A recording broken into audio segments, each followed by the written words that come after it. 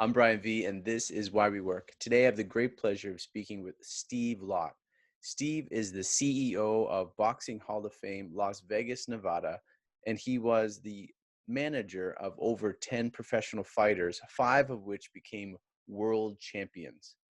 Not only that, though, he is the producer, editor, and historian with Big Fights Incorporated. I want to find out what Mr. Lott's work ethic is, what keeps him going, what keeps him productive, but also what he believes is the magic behind the allure of boxing and boxers. Join me today in my conversation with Mr. Steve Lott. I'm Brian V, and this is Why We Work. Today, I have the great pleasure of speaking with Steve Lott. Good evening, young man. Yes, good evening. It's nice and warm here in Las Vegas if you consider 55 degrees below zero.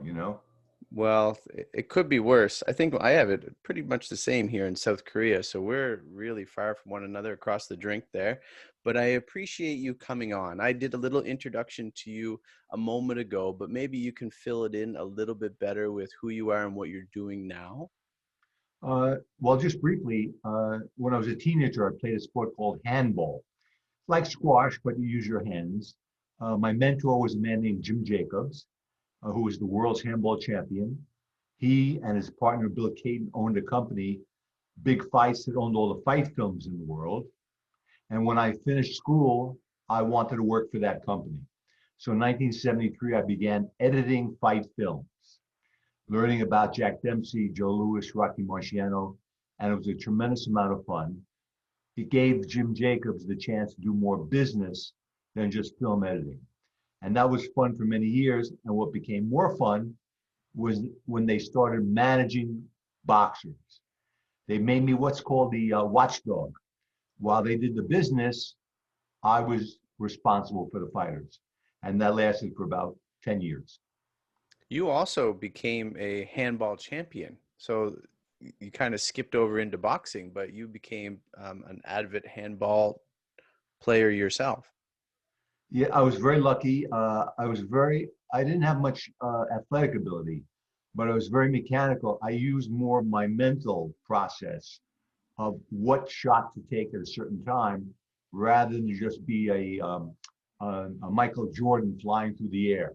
I was very mechanical, but I was very lucky to pick some very great doubles players that enabled me to win national championship.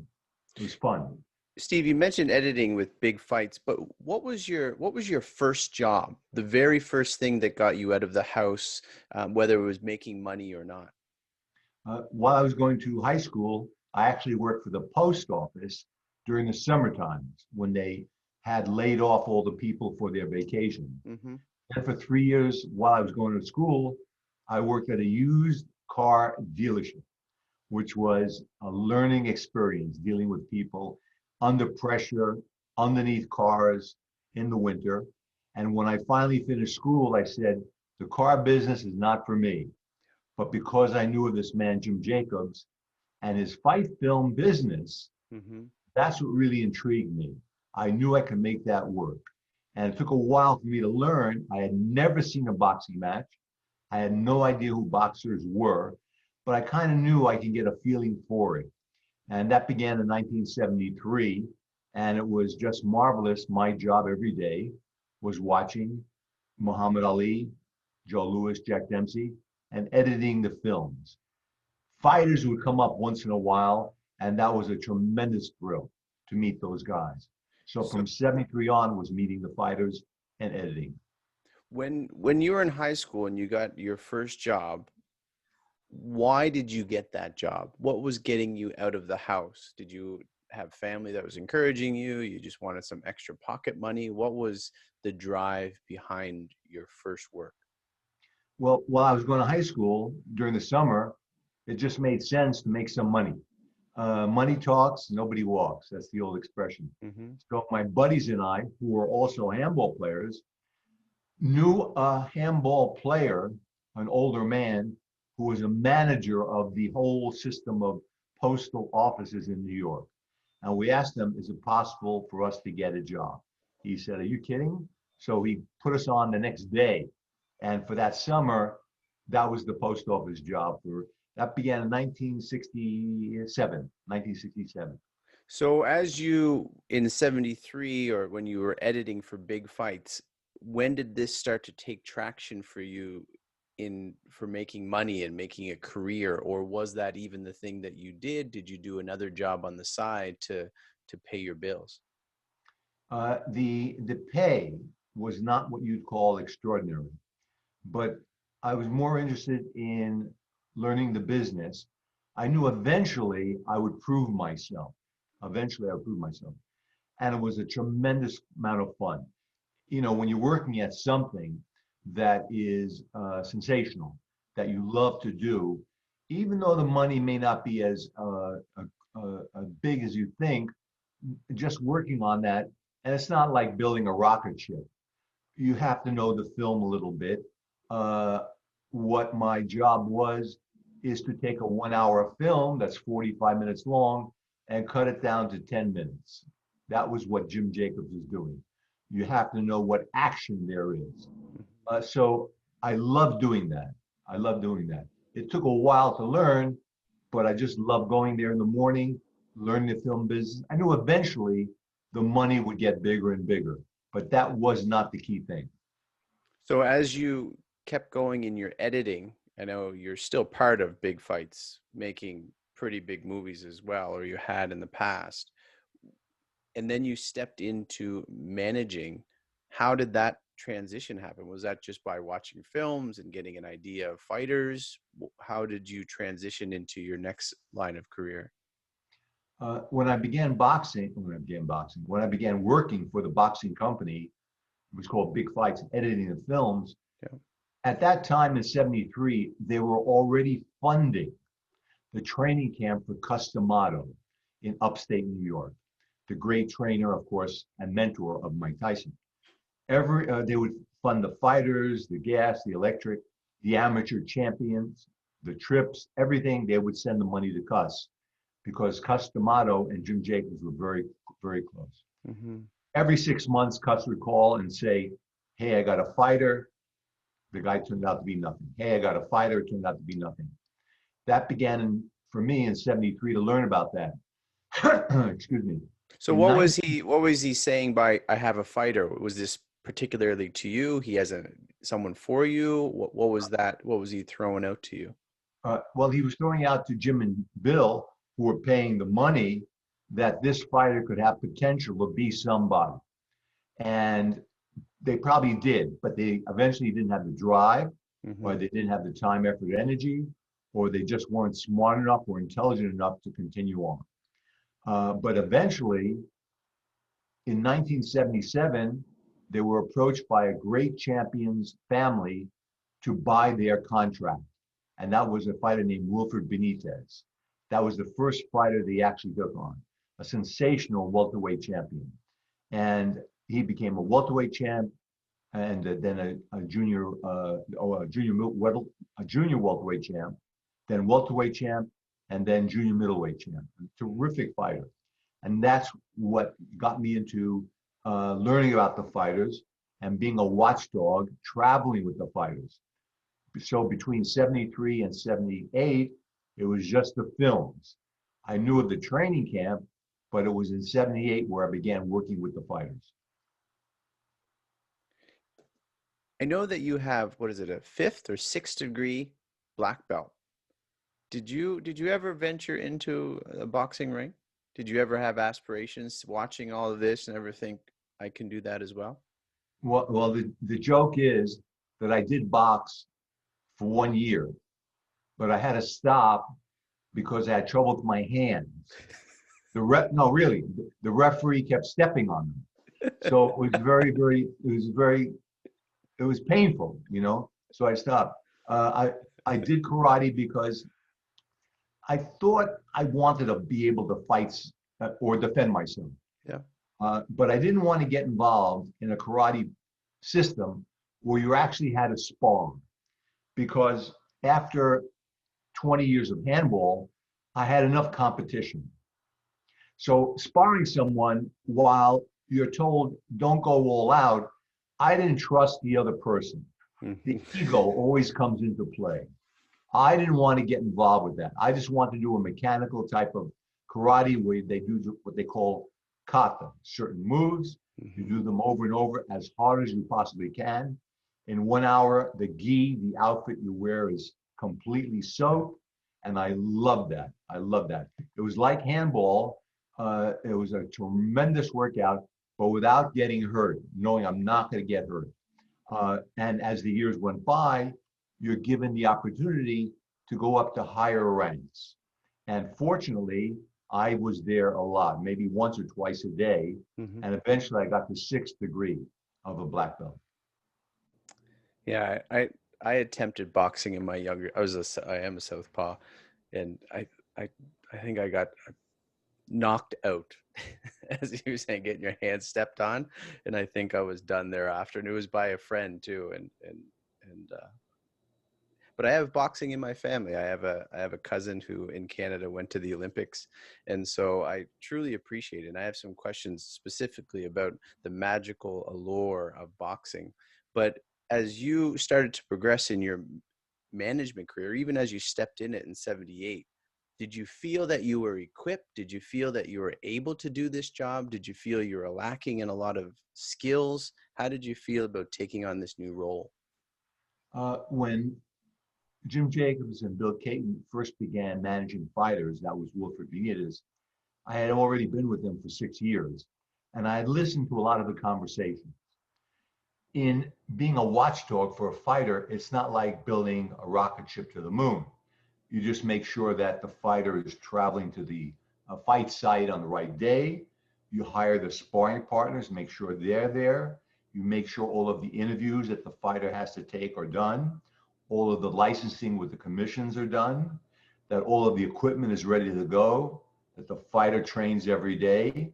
And it's really just making sure there are no errors. Mm-hmm. You want to make sure that you're observing the entire situation, and if there's anything that's wrong, you're there to make an instant decision about what to do about it. And in having the 6 years with Jim Jacobs and Bill Caton, it gave me the opportunity to think in my mind, not what I would decide about a certain situation, but what they would decide. Mm-hmm. That took the pressure off of me.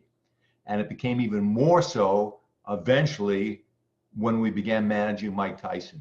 So while I was the assistant manager, I was the watchdog, and working with the fighters year by year, the expanse became bigger and bigger of the responsibility.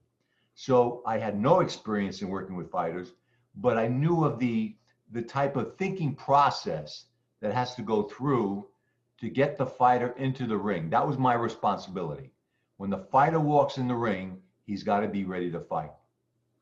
Even though you looked at them as, how they would do that, was there any mistakes that you made that were kind of detrimental, or, bringing the fighter to the wrong ring, or you didn't have any sparring part? Was there any mistakes that you made in your younger journey as a manager that it was a pretty major mishap, but somehow you were able to overcome it? Uh, with the first two fighters that Jacobs and Caton had, Wilfred Benitez and a wonderful lightweight champion by the name of Edwin Rosario, who I traveled with also, there weren't many major decisions that had to be made. They were very simple. Mm-hmm. The fighters have to show up, the sparring partners.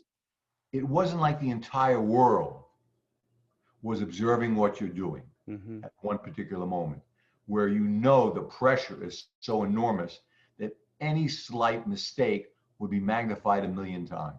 So the answer to your question is no, there was nothing that was of any significance other than saying to the fighter, you shouldn't eat the steak, you should eat the salad. That was, and the manager would say, Steve, have them eat the salad. That Mm-hmm. that was the extent of the importance or the seriousness of the moment, but there was nothing major. Even though there was nothing major, and I'm just thinking of people in work in general, even myself, did you feel like it wasn't major at the time, or did you feel that this was major and these, maybe a little stressed out, maybe hurried a little bit? Were you just as calm in your job? in making these decisions, which you really felt that were not major, or did they seem a little bit bigger at the time? Well, you asked a great question, and part of it, one word of it, really hits home. That's called pressure. The fighters did not really show it, and I didn't show it. But mentally and emotionally, in my mind, I was dying. I was dying. Not for what the fighters may do to me. It's what the managers in New York would call on the phone and say, Steve, did you let that happen? That was what, that was the thing that was most fearful for me, is the pressure of doing what was best for the manager. Of course, the fighter comes first, but anything from the managers to me, where they would see that I made an error, that was the pressure. So there was pressure, and it got bigger and bigger depending upon the fight, but there was pressure. The fighters never, I don't know how they handled it, but they handled it magnificently well. They probably went through the experience, of course, many times as a fighter, but for me, the pressure was enormous. Even though the fights were not superstar fights, they were still under pressure for me. So you had mentioned, and I know people ask you about Mike Tyson a lot, but you mentioned in your next managing role, it was Mike Tyson. And I don't want to dwell a lot on that part of your career, because I know I've seen many interviews and people ask you a whole bunch of questions, but maybe just some highlights about managing Mike Tyson. Well, when managing Mike Tyson, I really wasn't the manager, of course. It was Jim Jacobs and Bill Caton. Customato, the mentor, handled most of the fights up until the period he died. Mike started his career in '85. Cus died later that year. Mike was fighting very, very often, so there's very little time I spent with Mike. But once the fights became bigger, and he fought here in Las Vegas for the first time, now it's 4 or 5 weeks where he and I and trainer Kevin Rooney spend time together. And in addition, Mike and I were sharing an apartment together in New York City. So with Mike, it was different than the fighters before. With Tyson, the entire world is watching everything you do. For example, what's the biggest sport? You're calling from South Africa? South Korea, yeah. South Korea. Soccer. Soccer is probably their biggest one, or taekwondo. Okay, so let's take soccer. You have a championship match in soccer in South Korea. There are 3 people in the United States watching it, okay? There are 4 people in Portugal watching it. There are 5 people in England are watching it. When Mike Tyson, and the same thing, baseball, football, basketball in the United States, the Super Bowl in the United States, there is 1,000 people in England watching it. But when Mike Tyson fought, the world shuts down. The entire world shuts down. In some cities, you can't get taxi cabs. So the pressure was the entire world watching what Mike was doing. But of course, whatever Mike was doing was based on advice he was given to him. And that advice every day was given to him was coming from me. And I had to make sure that advice wasn't coming from my brain, my own thinking process, but it was coming from Jacobs and Caton. So when you mentioned the pressure, the early fights, while I was feeling it, I knew it really wasn't something that would be deadly. But once I got with Mike Tyson, the pressure, I don't even think drugs would have helped. The pressure was enormous. I don't know how Mike withstood it, but it was tremendous. Standing up on that world stage or in this ring, knowing that the spotlight is on him or many of the other fighters, you managed 10 fighters, I believe, world, and 5 of them were world champions. So you've been on this stage for a number of years. Do you get a temptation yourself to, add a little swag to your walk and think, the spotlight's on me? Or is there a temptation to pull you away from what are your core values, your core strengths in your work, and maybe do things off the cuff and do it from your head and not from, your years of experience? I never did that for one particular reason. It's, well, actually two. Number one, it's not my personality. Number one. Number two, if Cuss was watching, Cuss D'Amato, and he says, Steve, what are you doing? What are you doing? To the extent that the only time I did something that was considered in some way, shape, or form a show of confidence or show of self something, in when Mike fought for the championship the second time against Bone Crusher Smith, I asked Kevin Rooney, the trainer, is it okay for me to hold up the belts while the introductions took place? Yeah. That was the extent of how my confidence or my, there was a level in me that retarded and kept back anything that was ostentatious in any way, shape, or form. So I didn't want to just go up, hey, let's do it. I said, Kevin, is it? He said, go for it, man, go for it. Okay. So that was the only time I ever did that. And of course, whenever you want to know, or someone wants to know, how can I tell whether you did it or not? Well, every video is on TV, YouTube, that shows us walking into the ring. I'll tell you something, after the 4 weeks, 5 weeks of training, the last thing I was capable of doing mentally, physically, emotionally was doing something ostentatious in any way, shape, or form. Spreading I just wanted to get feathers. Once Mike got in the ring, I said, oh, thank you. That's it.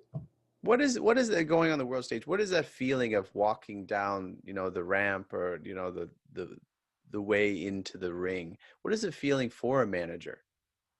Well, first of all, I was not a manager. I was an assistant manager. Yeah, sorry. And I would not even call myself assistant manager. Much of the press called me a watchdog. A watchdog is someone, of course, who takes care of all that stuff. The feeling walking down the aisle is something that maybe one person out of 100 million would know what that's like, okay? And walking into the ring, holding the belts and being there with Mike Tyson, it's an unbelievable feeling. Now, I was still under the pressure of knowing what I went through for the 4 or 5 weeks, but the thrill of walking in the ring with Mike. If someone said, Steve, you could date Jennifer Lopez, or you can walk in the ring with Mike Tyson.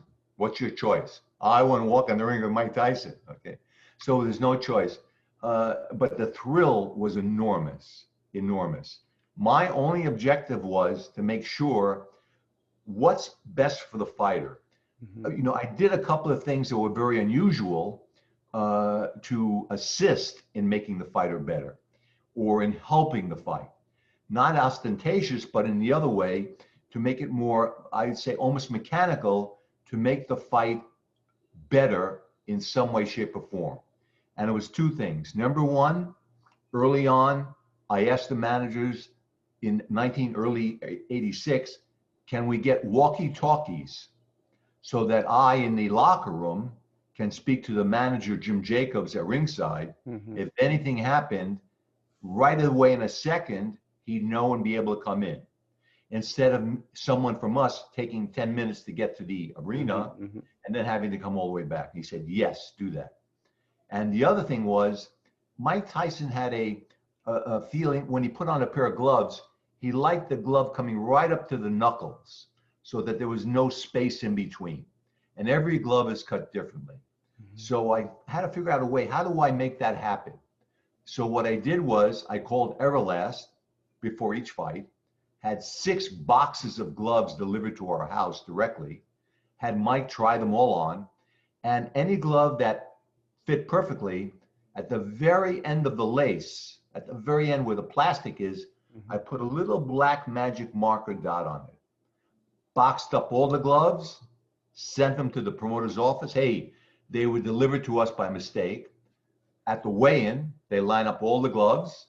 Kevin Rooney knew exactly what to do. He said to Mike, hey, Mike, try this one on. And Mike said, good. took a left glove. Mike, try this one on. Good, I'm ready. We didn't care what the other guy was wearing, as long as Mike had what he had. So those are the two things that I thought would make it a little better for Mike. And even more subtle things, like the first time in Las Vegas, walking into a ring for the first time, it's like walking into a soccer field for the first time. It's exactly the same size, but it looks different. It's a little bit different. And for a ring, for a fighter, and a new venue, it could be a little different. So I had them walk over the day before. I kind of lied to Mike. I said, we want to check out the ring ropes. But I wanted Mike to be in the locker room, walk down the aisle, get in the ring, walk around, so that the night of the fight, he's been there before. It wasn't something new. So they were minor things, but fortunately, he did not require much. And he never showed any demeanor that would tell anyone that he was unhappy. He would just be quiet. He'd do his thing. He would do anything he was asked to do about the press or licensing. He may not have wanted to do it, but he knew he had to do it. Steve Lott, I'm wondering, as you speak about you and you said your personality, how much of your personality did you put into trying to help these fighters, and or versus you having to be an example for them because this is how you lived your life and this is how like taking care of yourself, being on time, those character building traits that would help them be successful? Because you had mentioned at the beginning some fighters that were promoted to you guys, they didn't have the drive or the energy, so you have to kind of personify that yourself, because you can't just come late to work, you can't bringing a burger in your hand. So how much was that your own personality in your work ethic versus you're seeing someone like Mike Tyson or any of the other world champions, and you can see and you can almost feed off of their drive, and then you're like, well, today I don't feel very well, but I'm the watchdog for this fighter, and I better step up my game? Well, there are a couple of different facets.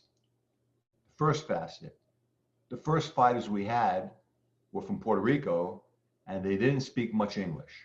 So they were very professional.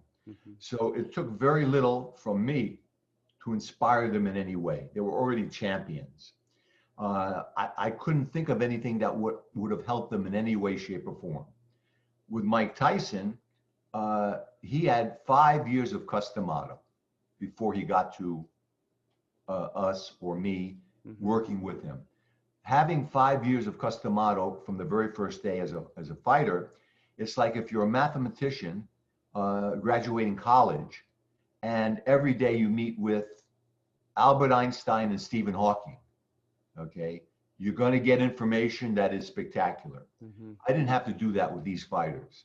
Mike Tyson, didn't have to do that because he had 5 years of customado. I made one or two suggestions about the small things about the walkie-talkies or the gloves. Then another aspect is some of the champions that came to us already were connected with managers. And I didn't want to do anything that would seem improper with the manager, that I'm going to his fighter and saying something. There might be something innocuous, but that was the other thing. And the last one was we had a champion, a man named Vinny Pazienza, but he was working with our trainer, Kevin Rooney, and Rooney would have reported back anything that was that needed a response, but Vinny was very professional. None of them needed drive. None of them needed any inspiration at all. And the only thing was to see or observe anything from the outside that can make them better, or something they may say or do to the press that would make them do and look better. So it was more of a advisory role. It wasn't necessary with the Puerto Rican fighters. It did happen with Mike Tyson, and none at all with Vinny Pazienza or another champion we had, Tommy the Duke Morrison. It Hmm. didn't happen. What about for you yourself? Did you feed off of their drive, their energy? Like when, we all have days where we might not want to get out of bed, maybe you might be different, but did you find, oh, this is who I'm working for, working with, and I can see that they're so dedicated that here is just something I need today? Did you ever feed off their motivation? With the fighters we had who were champions, while they probably had tremendous drive, of course, because they became champions, I probably, and I had also had 20 years of competition. So I knew what drive was Mm-hmm. from handball. So I knew what the pressure was from handball. And the only pressure I felt was, or advisory role in any way, was not from between me and the fighters. It was between me and the managers. That's where that pressure was, or drive. They recognized for some reason that I had the ability to observe and modify and do whatever I had to do with the fight. And the key thing that gave them tremendous confidence in that is that Customato liked me. And if Customato thinks you're his friend, you've got it made. He had very few friends. And if Customato, we were born the same day as Customato. Mm-hmm. We grew up on the same street in the Bronx. And so right away, I was his boy. And they knew that I had the intelligence to take in all that information and observe what was happening. But I did not take any of the drive from the fighters. The Okay. managers knew I had that drive. So through your managing sort of career, how did you transition into what you're doing now? And then you're the CEO of Boxing Hall of Fame, Las Vegas, Nevada. You're still producing and editing for big fights. How did you make this transition? What's going on in your life now? Even though the company Big Fights was managing these great champions, they still had this great business of owning all the fight films in the world. Mm-hmm. In 1998, Jim Jacobs had died years before, but the president at that time, Bill Caton, wanted to sell the company. So he sold the company to ESPN. But they had always wanted to do a real boxing Hall of Fame because they'd owned all the fight films. When Bill Caton sold the company to ESPN, he told them, hey, you can buy all the fight films, but I'm going to retain the rights to use them for a boxing Hall of Fame. They were not thrilled with that because when they're buying a company, they want everything. Mm-hmm. But Bill was so independently wealthy, he said, look, if you want the company, you get it without the rights. So Bill promised me we're going to keep those rights, and he meant it, and he did that. So from 1998, I started collecting memorabilia for possible Hall of Fame for year after year, and working with Bill Caton with the fighters he had from 1998, 99, 2000. In 2010, came to Las Vegas, attempting to get a site in one of the casinos. It's impossible. Mm-hmm. No space, Mm-hmm. no one to pay the money. So someone had advised me that if you can't get the space, concentrate on social media. Get a YouTube channel, get a Facebook channel, and start building those up so that you have that as a backup in some way. And it's worked out brilliantly. Right now on Facebook, I believe we have 770,000 followers, which is almost as much as all the other Boxing Hall of Fames combined, because we put out a lot of material. So the system was the trainer of events was going from film editing and boxing fighters into being here in Las Vegas and attempting the Boxing Hall of Fame, but now spending all of my time editing films for YouTube and Facebook.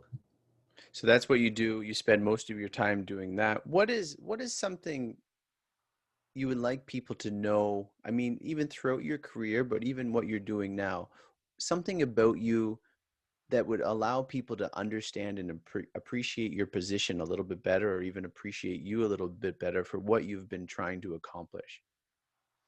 Um, I don't know whether or not any, of course, we're talking in boxing, there are two main audiences. There's the boxing audience that will watch anything with boxing, boxing fans. Then there's the mainstream. The boxing guys will watch anything that's on TV. The mainstream will only watch Mike Tyson or Sugar Ray Leonard or Manny Pacquiao fights. They'll turn in. Those are the fights they'll turn on to. So no one in the mainstream, if someone mentioned my name, they would not know. Many boxing guys would know, mostly because I worked with Mike Tyson. Mostly because I worked with Mike Tyson.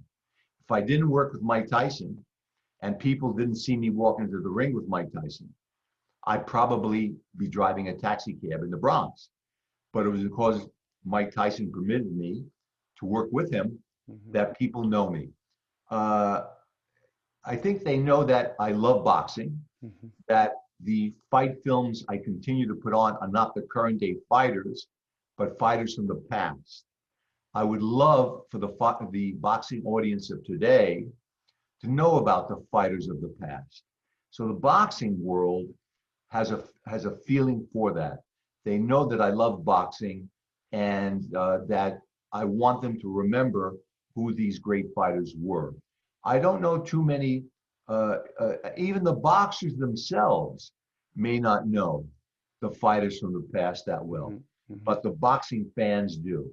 So that's the one thing I want boxing fans to know, my passion for the fighters of the past. And meeting those fighters makes it even more special. There are very few people on the planet Earth who met Jack Dempsey or Joe Louis or Gene Tunney. You know, very few people. And very few people on the planet exist who can say they were at the Thrilla in Manila to watch Ali Frazier III. Very few people. But that's the type of love I had for boxing. And boxing fans see that through what I put on YouTube and Facebook. And you're alluding to this in a way, and I found this over COVID, you know, especially when there was no sports, the beginning stages of COVID, where there were no sports being played. And I couldn't bring myself to watch, maybe it's just me, but to watch like an old baseball game, an old hockey game, you know, old football game, but I can watch a fight.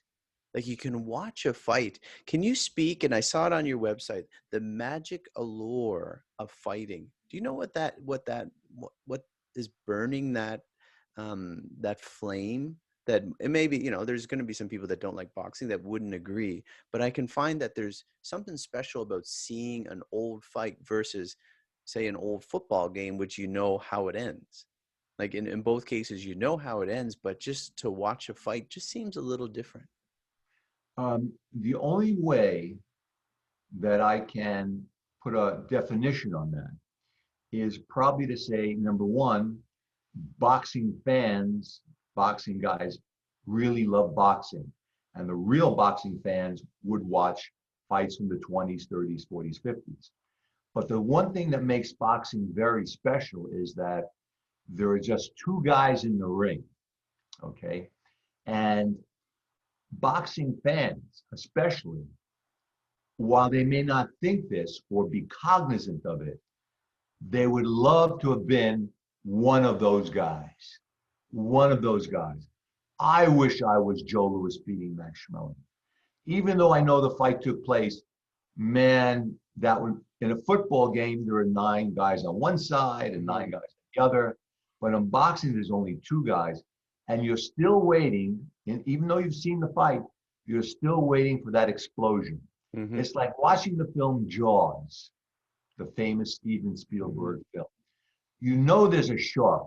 You know he's coming, but you're still shocked every time he comes out of the water, okay? In boxing, even though you've seen the fight before, you're still waiting for that magic punch or the punches you didn't see before. Yeah. But I still think there's a huge factor in wanting to be one of those fighters. And that's what brings mainstream into those huge fights. That's what brings celebrities, huge celebrities, into the big fights. They want to be, subconsciously, one of those two people. Mm-hmm. It's like wanting to be Arnold Schwarzenegger or Sly Stallone, you know, or for a woman wanting to be as famous as Jennifer Lopez getting on stage. Which woman would not want to be in that position? Mm-hmm. So it's something subconscious. So for boxing particularly, you'd want to be the winner. You want to be that superstar for that fight. Yeah, it is. It's magical, and I like how you put it on your website. The magical allure of boxing and boxers, or boxers and boxing. There is something about it. Now, where you are in your career, what is motivating you? Is it the same motivation? How do you stay productive? You know, you're looking at film, you're editing, you're organizing, and you're managing the Boxing Hall of Fame. How do you keep doing it? What is driving you? The day-to-day work of editing the boxing films is always something I love to do. It's always a little different for each channel. There's a lot of video production going on from other companies where they license films that I do own, especially now with this big, huge Mike Tyson fight coming up. Yeah, I was going to ask you Jones, your thoughts on this. Yeah. there are at least four different major companies that are doing pre-fight shows, including the company that's putting on the fight itself, and they want background material. I have about 5,000 photographs of Mike Tyson. While I was traveling with him, Mm-hmm. he let me use my camera whatever he was doing, whether he was putting on his socks or going to the bathroom or whatever, I was taking pictures. So they know that I had this incredible library of video of great fighters from the past, training of those fighters, tens of thousands of photographs of those fighters, and mostly now a tremendous library of Mike Tyson material. So for me, it's the editing of the material for YouTube and Facebook for myself, but also licensing material to those other people. That's what keeps the business going. And keeps you going as well. Speaking of editing, what is the favorite tool that you use? What keeps you most efficient that you use in your line of work? Well, I'm an old guy. So when I started working in 73, it was not the digital age back then. And the only way to do that was to have a little, what they call a movie scope viewer, Mm-hmm. and two big rewinds that you see sometimes in these films in the 30s. And you put the film on one, Mm-hmm. you put it through the movie scope viewer onto the other reel, and you start cranking. And when you get to the spot you want to get to, you take the film out, pair of scissors. This is very high tech, very high tech. You put some glue, you put in a splicer, Yeah. you put the other half of film on it, you pull down the lever, puts a very heavy weight on it to make sure it locks in. 10 seconds later, you take it out and you have a splice. It's definitely not digital. So it was this archaic stuff. Now, with the digital age, you have some very basic programs. You put the original video from a DVD, you transfer it to the computer, Mm-hmm. then it's transferred to the program, it's formatted, then you edit it, it's pretty simple to do. Then you format it for either YouTube or Facebook, very easy. But in 73, it wasn't like that. In 70, even the photographs, I was photographing the fighters in 73, 74, Nikon camera with film. The film had to be sent the next day to the laboratory. The negatives were developed and put on what they call a contact sheet with little images of each shot. You send the lab back the numbers of the shots you want. They would send you the photographs a couple of days later. Then you had to mail them to the magazines and the newspapers. With the video, they would shoot video at the night of the fight and make for us what they call 3/4 inch video, which is long gone. From the 3/4 inch, we would make what was called VHS cassettes, which are now out of business, and send those by mail to TV stations, especially this is the Mike Tyson era. to build up they were probably the first to do what's called social media Mm-hmm. in doing that. I don't know any other manager prior to that doing that. And I'd be shocked if any manager was doing that today, because they sit back and they wait for the promoter to call them to say, I got to fight for your kid. They do nothing to help promote the kid. I don't know if each kid has their own website or YouTube page or even Instagram page, but it all helps to build up the fighter. So, but back then it was mechanical and very archaic, now digital. So yeah, so you're liking the digital wave. It'd be interesting to see how it advances in the future too.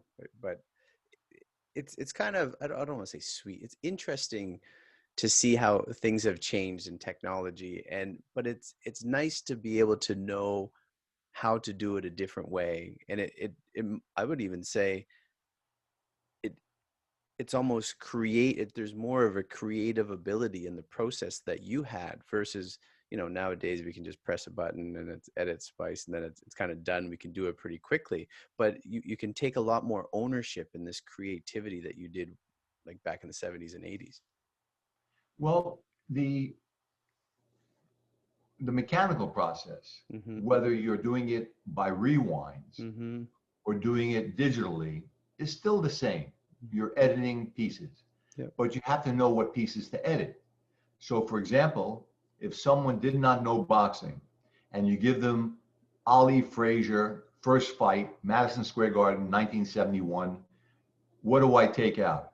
What rounds, what are the good rounds? And people wouldn't know. Well, who was at ringside that you can put at the beginning of your video that would show people how big the fight was? They would not know. Mm-hmm. They'd have to reel down and down. They'd have to know something about boxing to say, well, round 10 was a great round. And of course, round 15 is where Ali got knocked down by Joe Frazier. They'd have to know that in advance Mm-hmm. to get to that spot. Know what they're looking for. So you, whether it was archaic or digital, you had to know what you're looking at. Be the same as a football game or baseball game. The one thing that made boxing special and brought it probably the most popular sport in the world from the teens, 1910, through the 50s and 60s, was that in a boxing match, you knew exactly how much film you needed to shoot the event. Mm-hmm. It's 3 minutes a round, times 15 rounds, Mm-hmm. you need 45 minutes. In a baseball game, you never know how long it's going to last. Mm-hmm. And if you're a newsreel company shooting the event, you have to know, I hope when Babe Ruth gets up, he hits a home run, because I can't film the whole game and then cut that out. So number two is very critical. The boxing films were so popular that when they were cut down to shorter versions, they were played in movie theaters around the country. Mm-hmm. Promoters would send them all around the country, and that audience was built up huge.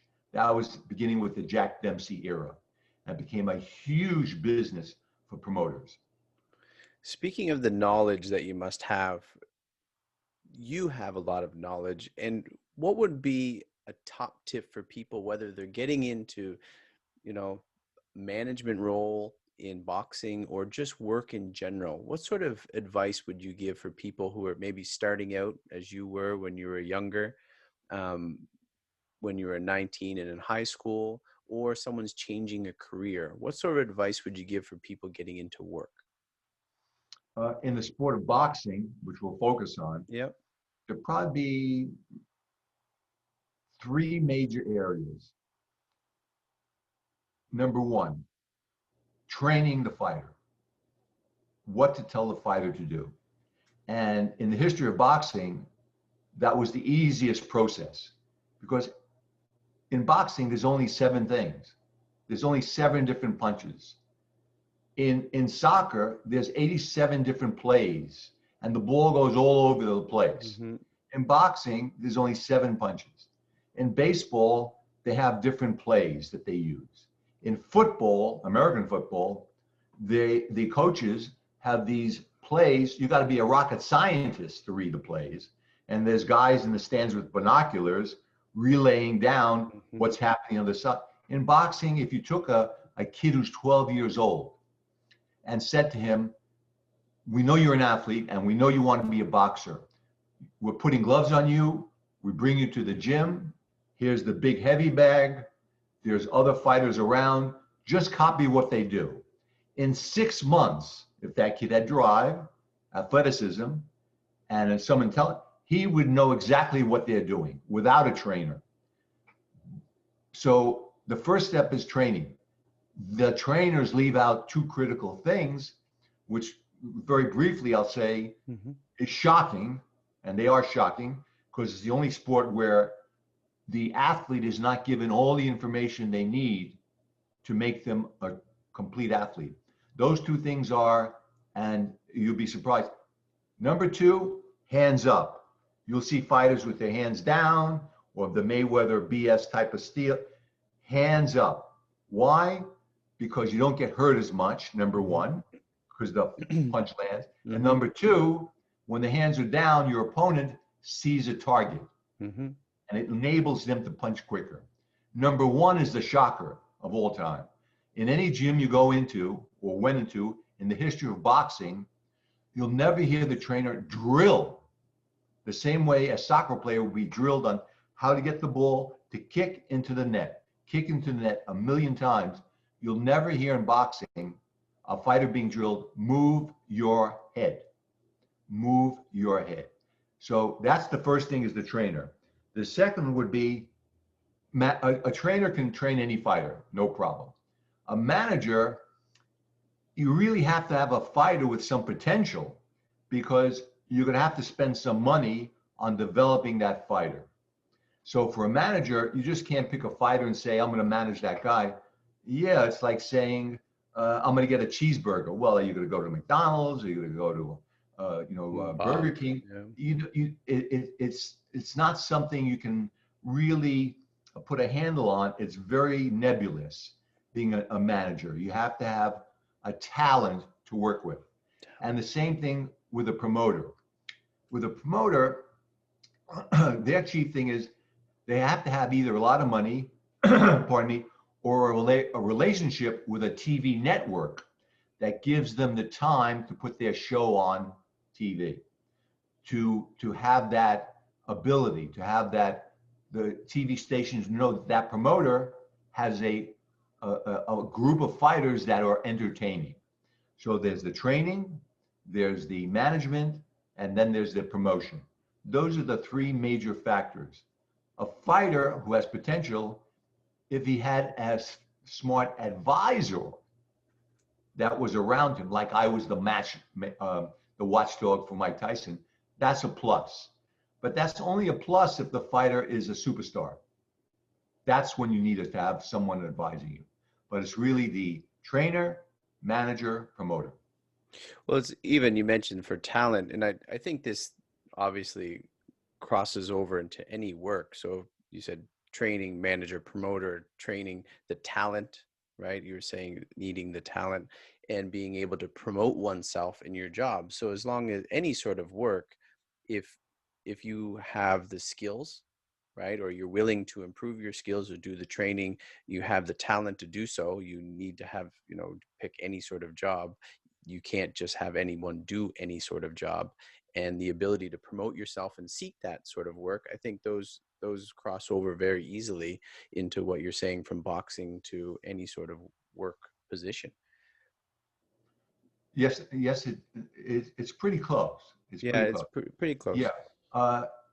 I'm going to use an analogy. If you're a pianist, if you're a great piano player, or second ranked piano, or 20 ranked piano player, as you're playing, if you make a little mistake, the audience really doesn't know you made that mistake. Maybe another great pianist would know you made that mistake, but the audience wouldn't. In boxing, you make a mistake, right away, you get hit, the crowd goes bananas. Even people sitting up, wow, did you see that left hook? So while there is the proclivity to making errors under pressure, pianists have to have a tremendous amount of knowledge, obviously, a love for their music, and the athleticism to do the and play the piano. In boxing, I don't know, as being a pianist, I don't know if you have to be born with that ability. I think you can be taught 95% of it. And the last 5% is just magnetism. In boxing, to be a superstar, you have to be born with incredible natural physical ability. So that's like being born Muhammad Ali.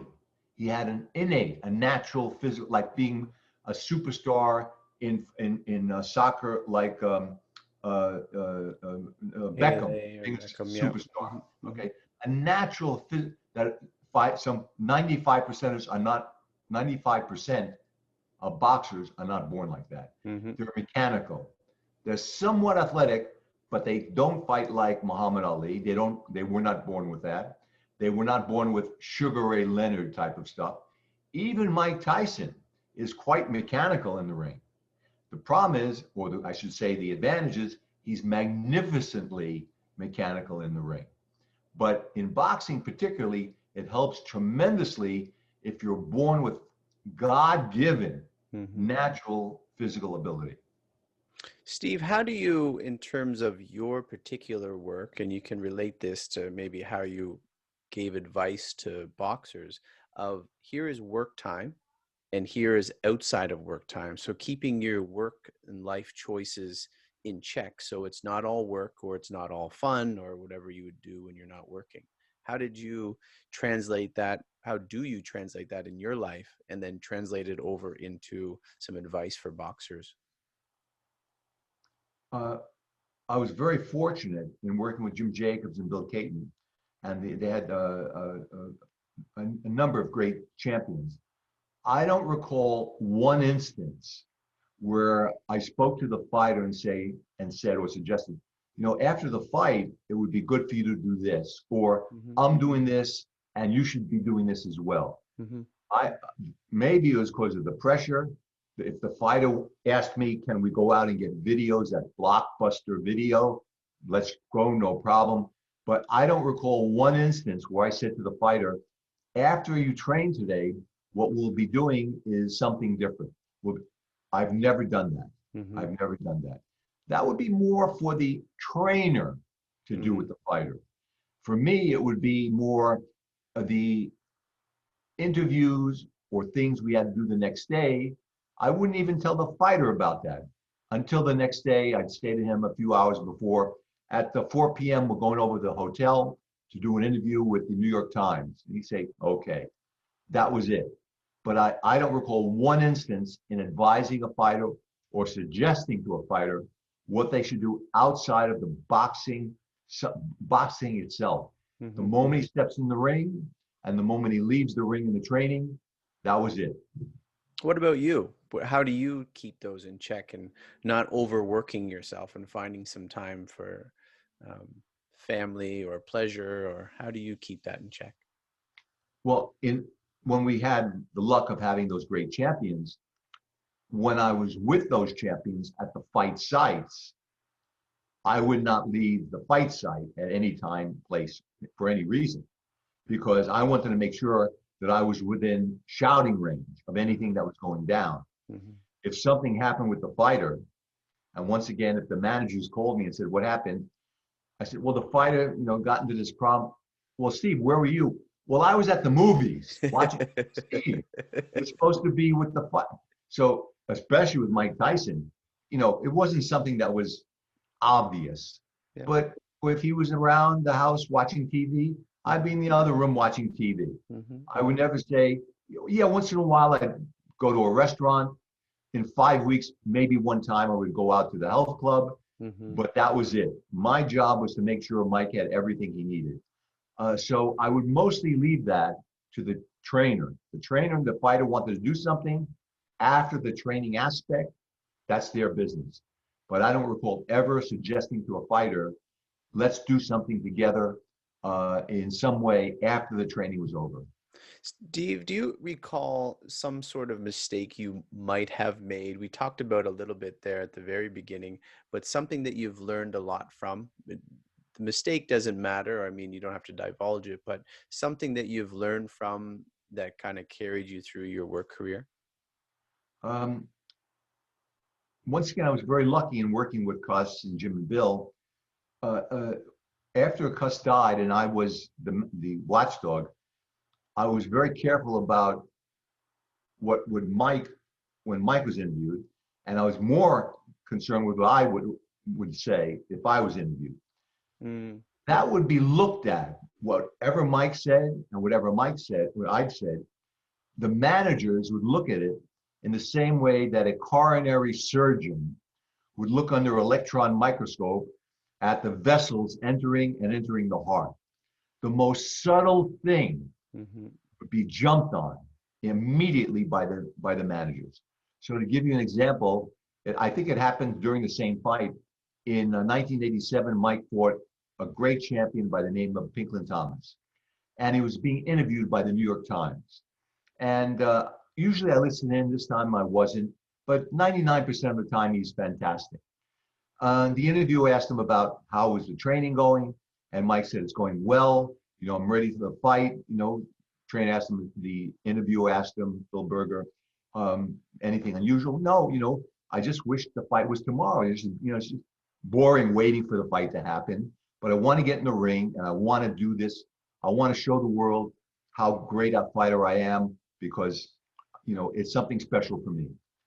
When the managers read the New York Times the next day and they saw the word boring, I got a call that day. Steve, did you read the New York Times? I said, no. Right away, I knew I was in trouble. You know what, Mike? I'm coming out there tomorrow and I want to see Mike. And I want to see you. I said, oh, well, I'm in trouble too. You gave an interview yesterday to ESPN? Yes, I did.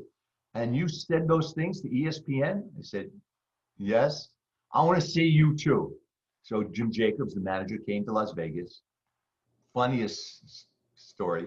He brought Mike and I into a room. He was sitting on one side of a table. Mike and I were sitting on the other side. First, Jim looks at Mike and says, you spoke to Phil Berger. You said you're boring. There are kids starving around the world. You're making millions of dollars a fight and you're bored. That makes you look, that's embarrassing for you to say something like that. Now, Mike is not a 4-year-old. He's the heavyweight champion of the world. And Mike said, I'm sorry. I won't do that again. Then Jim looked at me and I gave an interview to ESPN. I was in such love with Mike. I was so proud of him that he asked me how good is Mike going to be. Mm-hmm. And I said, Mike is going to be so good, he's going to make people forget about Muhammad Ali and Sugar Ray Leonard. When Jim heard that, he went bananas. He said, Steve, these fighters are adored. They're loved. They're respected. How can you possibly say something like that? Now, the funny part was that because there was a table in between and Jim couldn't see what was happening, Mike's left foot was here underneath. My right foot was here underneath. And as Jim was reaming me out, Mike was doing this. You're getting yours now too. But that was, you know, now Jim didn't see that, but Mike was laughing. He didn't show it, but now you're getting yours. So that's like one of the mistakes. Very rarely. Another one was, I don't think it was a mistake, but for the championship fight against Trevor Berbick, we're supposed to be in the locker room at 4 p.m. At 3:30, Mike says to me, I'm hungry. I said, Mike, we're supposed to be in the locker room in 20 minutes. Man, I'm hungry. Okay, I got to cook up some pasta, heat up the water, put the pasta in, have him eat so he's happy. I get to the locker room an hour late. Jim J. Steve, you had, I said, Bill, I said, Jim, Mike wanted to eat or else, you know, what am I going to do? He said, okay, I understand. The fighter comes first. So that was the type of things that were so critical. The timing, the effort, the energy, the subtlety of what was Mike doing in any way, shape, or form. Whether it was coming from Jim or Bill or from me, it had to be something that made the fighter look better. And there were other things later on also that were like that. But the key thing is how to make the fighter look better. That's the key thing. That's great. I mean, there's a lot of lessons there. Steve, thinking about, and I just about you, and I think I'm getting a sense of this. Have you determined to put your character before your career, or have you had times where you were putting your career before your character? And maybe you see that with athletes as well, or boxers in particular, but the temptation of, I am this now. So whether you were, and you get a lot of questions about Mike Tyson, so you were, the watchdog for Mike Tyson versus, I've done a, I've kept my character intact. I've been a man of integrity, and I know what I've been trying to accomplish throughout my career. And could you speak about that and the idea of character and career? Because I think we all have that sort of, I want to be this. And the question is, how do you get there? And then once you're there, is that the pinnacle of it all, or was it your character that got you there? The key is discipline. The discipline in your mind to know what to say or write, or what not to say and write.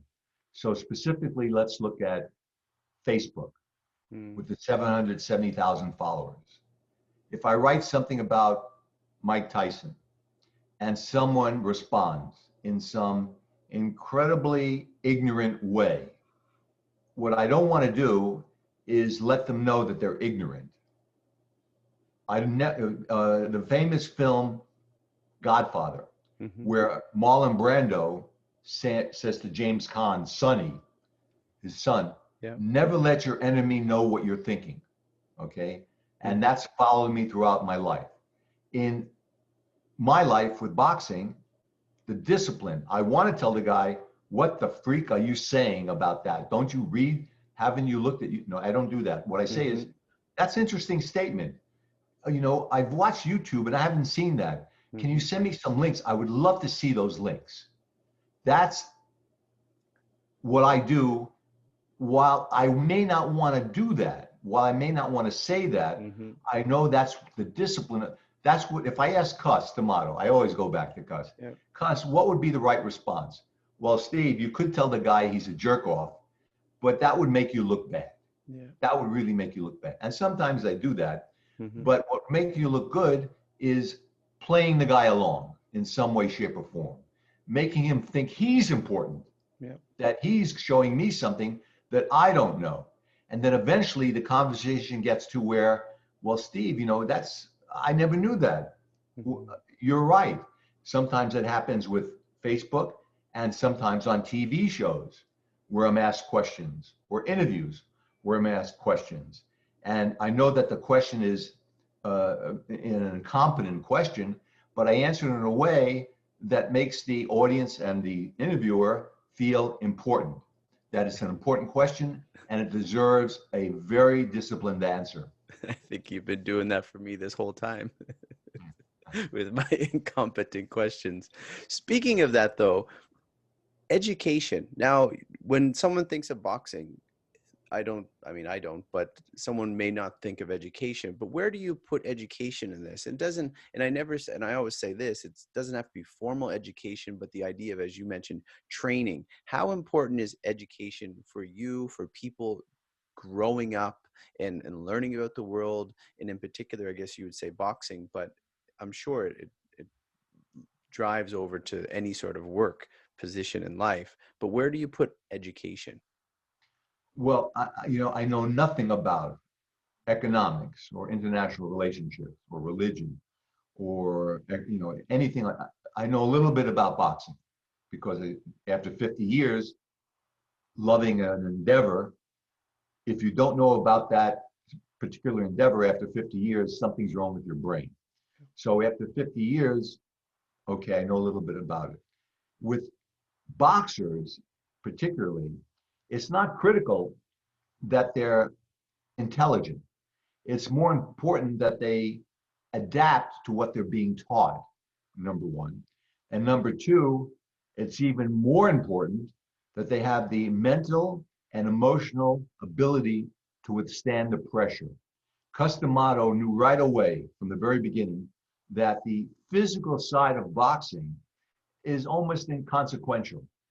Every fighter can throw a left jab and a right hook and a left hook and a right hook, but it's the mental and emotional state of the fighter that is more important.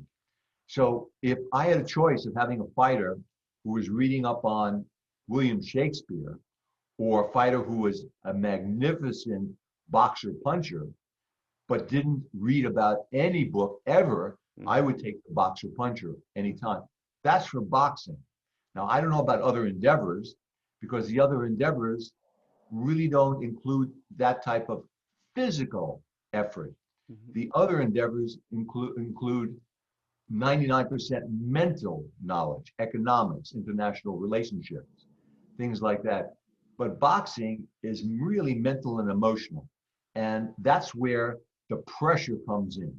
If a fighter can withstand the pressure and being a professional, and Cuss had a great expression, being a professional means doing whatever you have to do while you're, no matter how you feel within.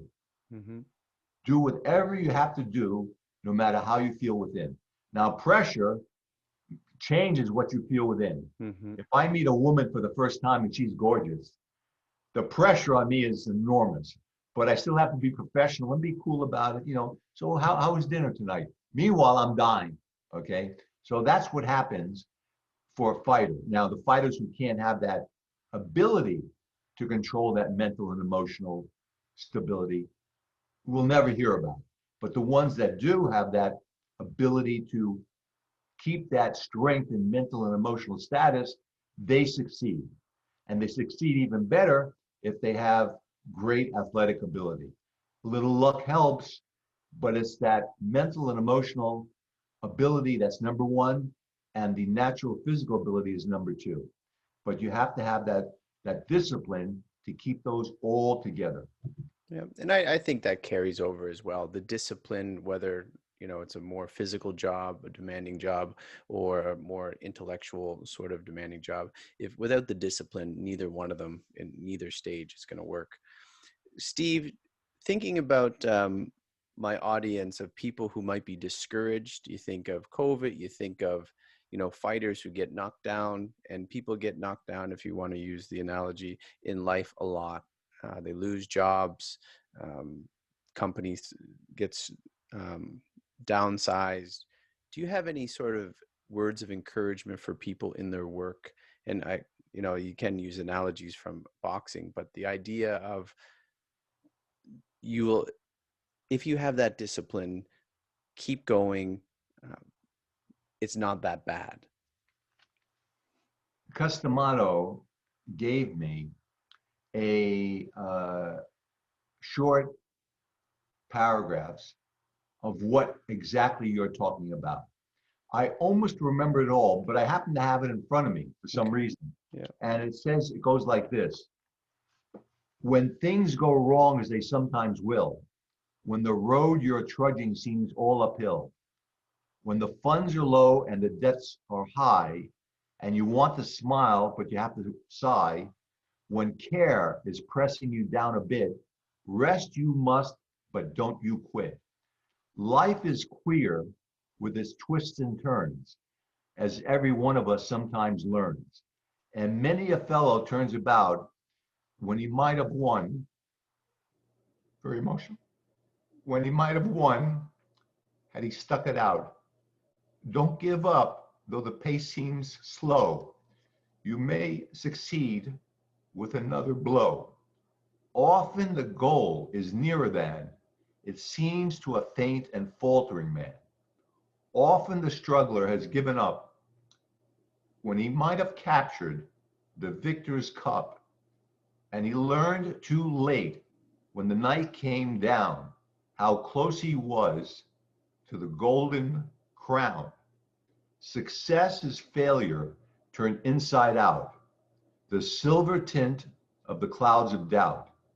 And you never can tell how close you are. It may be near when it seems afar. So stick to the fight when your heart is hit. It's when things seem worse that you mustn't quit. So I always kind of remember that, and it's very tough sometimes to stick to that. But I tell you, it's whoever wrote that is Yeah. powerful stuff. Is that online? People can find that? Yes, when things go wrong, it's it. Actually, it's called "Don't Quit." It's Don't quit. online. Yes, I mean, that's great. He should have been a poet. it's it's wonderful. I always have that on my desk. I only because you brought that up, Yeah. and I have it there. It just triggered that. I try to remember it word by word, but sometimes I forget. Yeah. No, that transcends all walks of life. Yeah, And there's it didn't. for athletes or for any profession, any Yeah. endeavor, Yeah. when the night came down, the athlete didn't know how close he was to the golden crown. That's something that is a killer to go through, Mhm. to go to sleep that night saying to yourself, damn, I should have done just one more thing. So I should have close. just said one more thing. I should have stayed at work one half more hour. Yeah. And the president of the company, I heard, came in 30 minutes later. You just never know. So that don't quit, it just is a powerful, powerful Yeah. thing. One more sale, one more resume, one more, any of those types of things. It surely. Exactly. Steve Lott, I have two more questions for you, but how can people reach you? How can they get in contact with you? You mentioned some Facebook and some Twitter, and how would they easily get in contact with Well, it's pretty easy. If you go to any police station you? or the Federal Bureau of Investigation, I think I'm number 10 on the most, on Your the your most, mug is there, is it? no, on the most unwanted list. Unwanted. Yeah. On our website, Boxing Hall of Fame Las Vegas, Boxing Hall of Fame, there is a contact number and email address. So they can contact us through there. info@bhr.com, boxinghalloffame.com. And one thing that's critical for me is that, and I don't understand some people, it just doesn't make sense. When someone sends an email or a text to the Boxing Hall of Fame, I respond immediately. It gives the person some respect. Okay, I'll send someone an email or text, and then 2 weeks later I'll get a response. And I look at the phone or I look at my computer.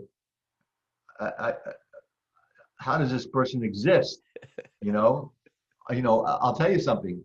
Uh, when in 1986, when Mike was coming up, Tyson, the managers Bill Caton and Jim Jacobs made a deal with ABC Television in New York to get Mike some big fights. And the VP of the company back then made the deal with Jacobs and Caton. I just don't want to mention the name, but people will find out. He's now the CEO of the Disney Corporation. Okay.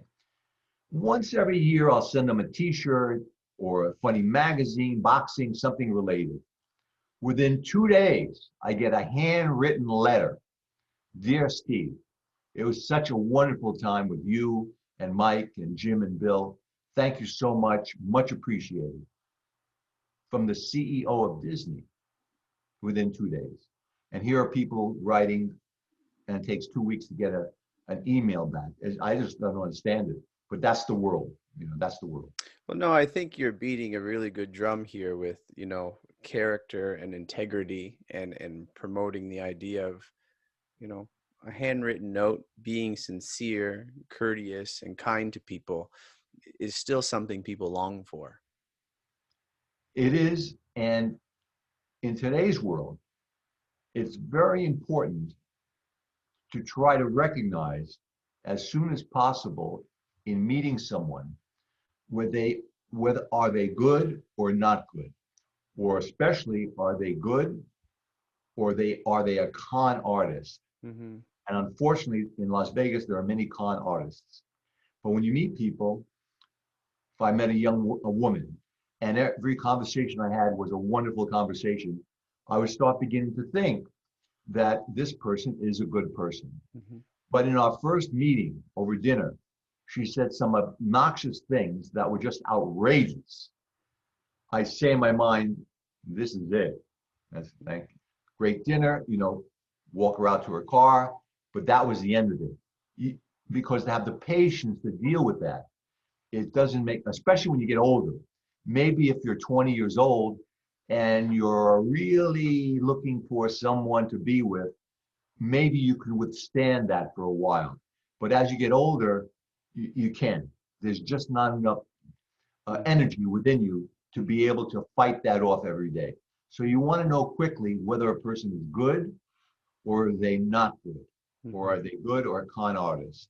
Are they with you or not? So that's important to recognize.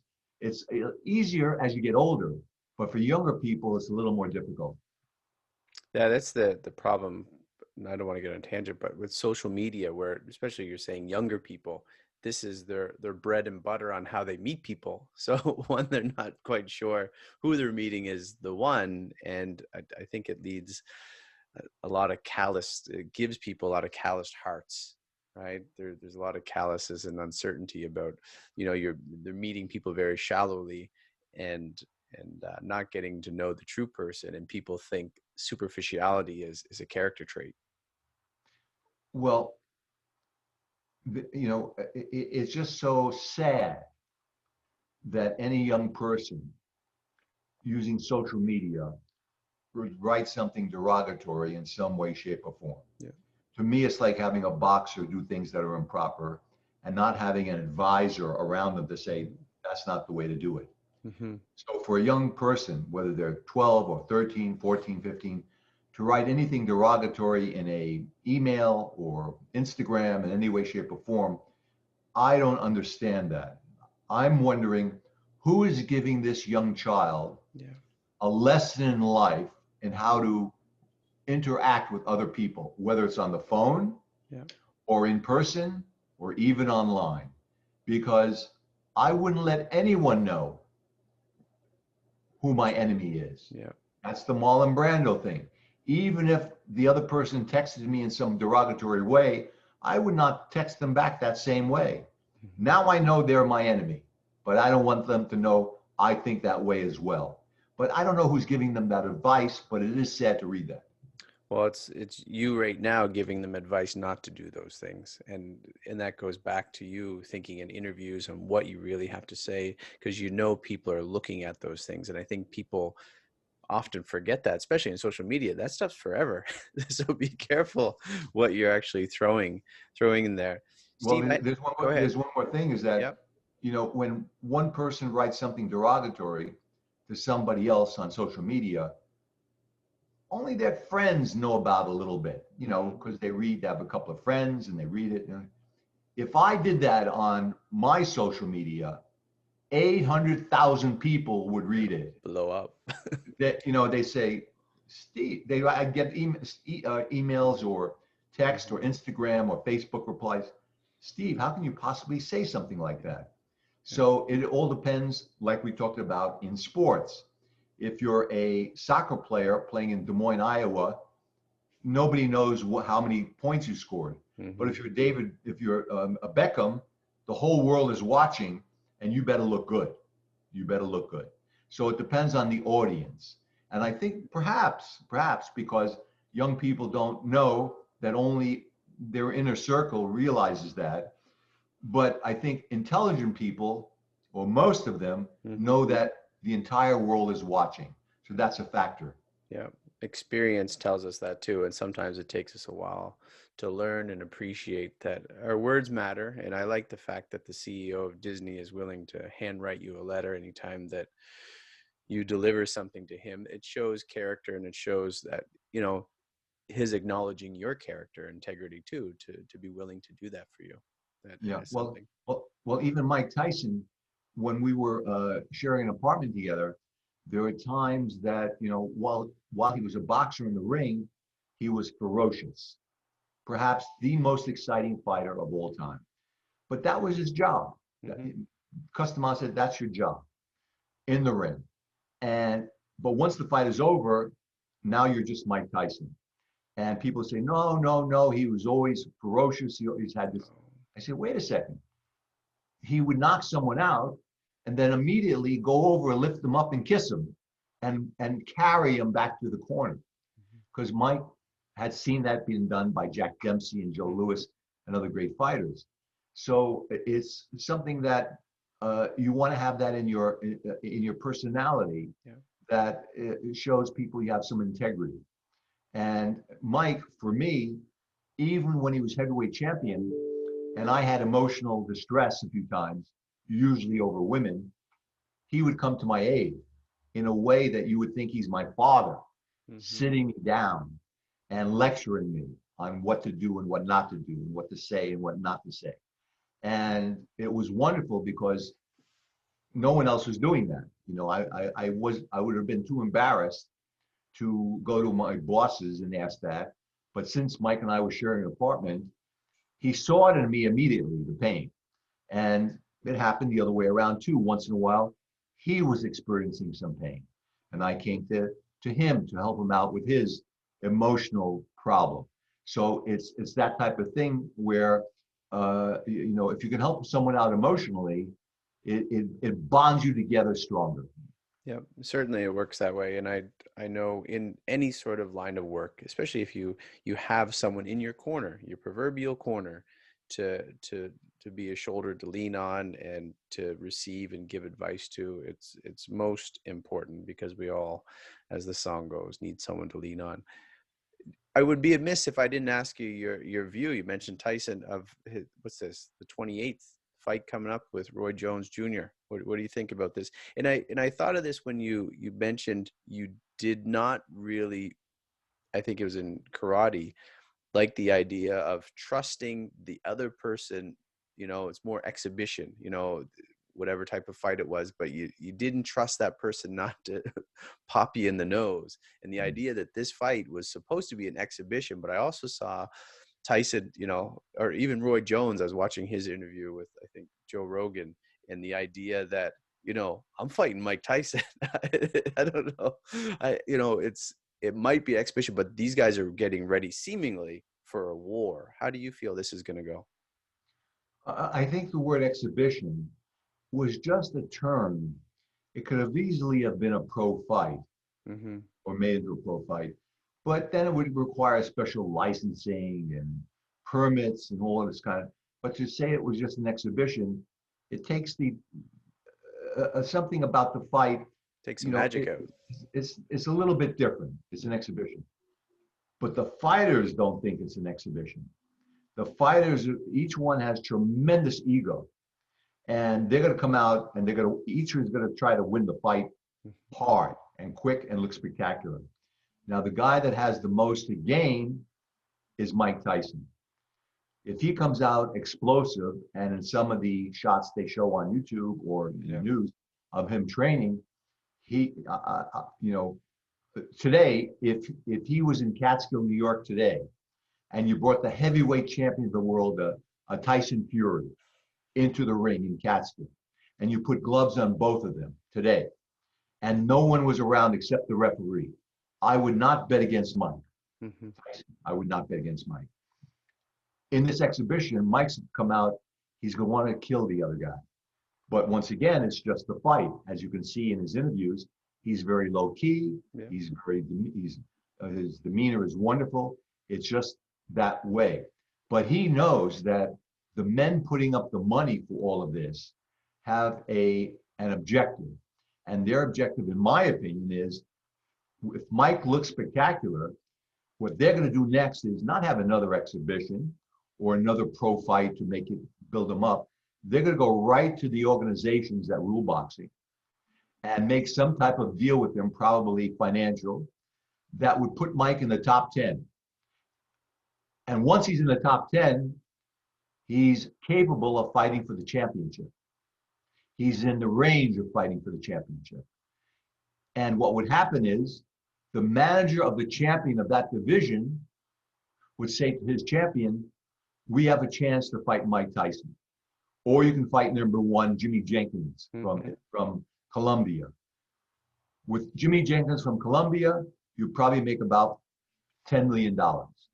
Fighting Mike Tyson, there was a great film called The Day the Earth Stood Still Hmm. with Michael Rennie. It was an incredible science fiction film. If Mike Tyson fights Tyson Fury for the heavyweight championship, the Earth will stop on its axis, and Tyson Fury would make $300 or $400 million, as Mike would. So if I'm the manager of Tyson Fury and suggest either one, Fury is going to say, "Let's go for Tyson." Mm-hmm. That's where I'd love to beat Mike Tyson, and that's where the guys behind Mike Tyson, in my opinion, their objective is that. Yeah. The reason why then, in my opinion, they won't take something in between the exhibition. Not Evander. He looks to be training. Yeah, no, they will not. And I'll tell you why. Anything can happen in a boxing match. If Mike fought Evander, it would be a big fight. Yeah, but it wouldn't be a heavyweight championship. Mike can get cut, he can get hit, he can lose. Anything is possible. Mm-hmm. If I'm the manager of Mike Tyson, and I have a chance for Mike to fight Tyson Fury in a $1 billion fight, or fight Evander Holyfield in a $400 million fight, I'm going for the $1 billion fight. It's just common sense. It doesn't make sense. I'm sure Evander is fighting and training very hard, and maybe if Mike fights for the championship and he wins, maybe Evander will have a rematch. Yeah. He's got to be in the top 10 as well of that organization. But I think Mike's fight the exhibition, in the expectation, next fight, heavyweight championship. It's interesting. I mean, it's going to be interesting. What's that, November 28th? Yes, and it will be exciting because once again, you never know what's going to happen. Once again, it's like watching Jaws. You never know when the shark is going to come out of the water. You never know. And by the way, Jones, in watching him, he looks pretty good as well. He's throwing some very hard punches. So I wouldn't dismiss him 100%. I would dismiss him 99%. I wouldn't dismiss him. Anybody can, sometimes you get upset in boxing. And that could happen in this fight too, but it's only one chance out of 100. I don't think he's very happy. I think they're 2-minute rounds, right? Whatever they are, I wouldn't bet against Mike Tyson. Yeah. Jim Jacobs had these great expressions about Mike when Mike was champion. The two were, when Mike fought, it looked like you just stole something from him, and he's coming out to get you. That was one of the expressions. The other one, which was better, is that when Mike came out for round one, it appeared like he had just scored a knockdown, and he's coming out to end the fight. Already. That's, most fighters come out, they dance around for a couple of rounds. That's not the way. That's why the audience came to see Mike. Yep. They never knew what was going to happen. And many times people be walking into the arena at the beginning of round one, and people are coming out of the arena.